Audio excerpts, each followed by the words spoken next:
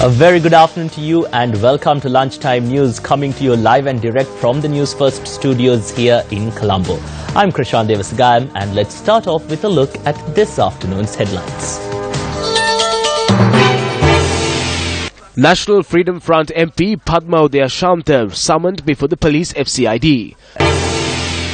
Over 50,000 acres of paddy land in Trincomalee destroyed due to the drought. Met Department predicts rains after the 20th of January.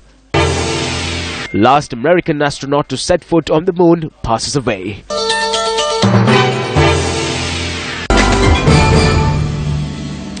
And in your lead story this afternoon, as mentioned in your headlines, National Freedom Front parliamentarian Padma Udayashanta appeared before the police FCID today. The MP was summoned to record a statement in connection to the misuse of vehicles belonging to the Presidential Secretariat. Incidentally, NFF MP Veerakumara Disanayake also arrived at the police FCID yesterday to provide a statement in relation to the same investigation. Farmlands around the country are suffering the adverse effects of the drought that has affected the island. The Ministry of Public Administration and Management notes that over 50,000 acres of farmlands in the Trincomalee district have been destroyed due to the arid conditions. 72,579 individuals of 21,598 families in the Trincomalee district have been affected by the drought, according to statistics of the Minister of Public Administration and Management. Of the 11 divisional secretariat areas in Trincomalee district, the area of Kuchaveli, Gomarankhadavala, Muttur, Kamtale, Kinya, Moravava, Verugal, Tambalagamuwa, Seruvilla and Padavisirupura have been the worst affected. Meanwhile, the Disaster Management Centre notes that the total number of affected due to the drought has arisen over 600,000. Meanwhile, over 80 acres of paddy land in Munamalgaswawa, Saliyawawa have been destroyed due to the drought. Over 65 families who engage in farming activities in the Helambagaswawa area cultivated their farmlands for the Maha season. However, due to the drought affecting the area, their crops have been completely destroyed. The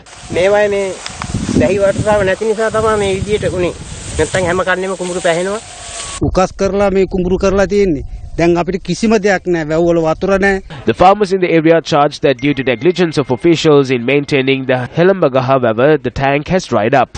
They charge that they have been severely inconvenienced due to the loss of their only source of income. Now, staying on the same subject, addressing a media briefing held yesterday, Minister of Rural Economic Affairs P. Harrison said that in light of the drought the country is facing at present, steps are being taken to reconstruct and upgrade dilapidated sources of water in the country. We make a request to the public to not waste water. Use water very carefully, or else we will have to face a severe crisis very soon. On one hand, we will keep informing and educating the public, while on the other hand, we will take steps to repair and upgrade the broken tube belts, dilapidated agrarian belts and small tanks. Sources of water that has been neglected will be repaired. පස් කඩා වැටිලා මේ වගේ අභාවයට ගිහිල්ලා තියෙන වගාලෙන් ටික ප්‍රතිසංස්කරණය කිරීම මේ කටයුත්තට දැනටම පියවර අරන් තියෙනවා. Now, on a positive note, the Sri Lanka Department of Meteorology says that with a change in the direction of wind over the region, the country could expect rainy weather in the next few days. The Met Department says a slight change in the prevailing dry and cold weather could be expected during the next few days, particularly after the 20th of this month. The department says that until then, fair weather is expected to continue over most parts of the island. It notes that misty conditions can be expected at some places of the island during the morning, particularly in the western, Sabragamuwa, southern and central provinces, adding that fairly strong winds at times could be expected over the southern half of the country.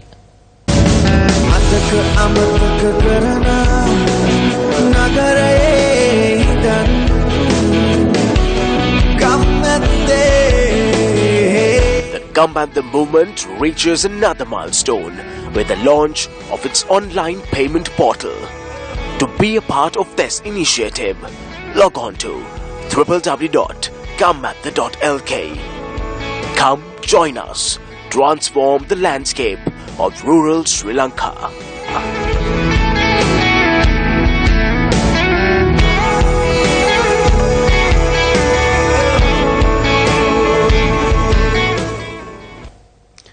more local news. The foundation stone for a 5-storied building for the Jayala Divisional Secretariat was laid yesterday under the auspices of Minister Vajira Abewardhana.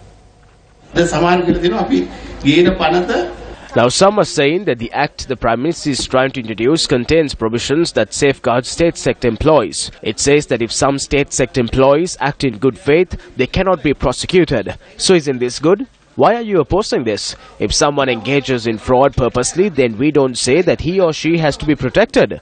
However, when doing work, they can make mistakes.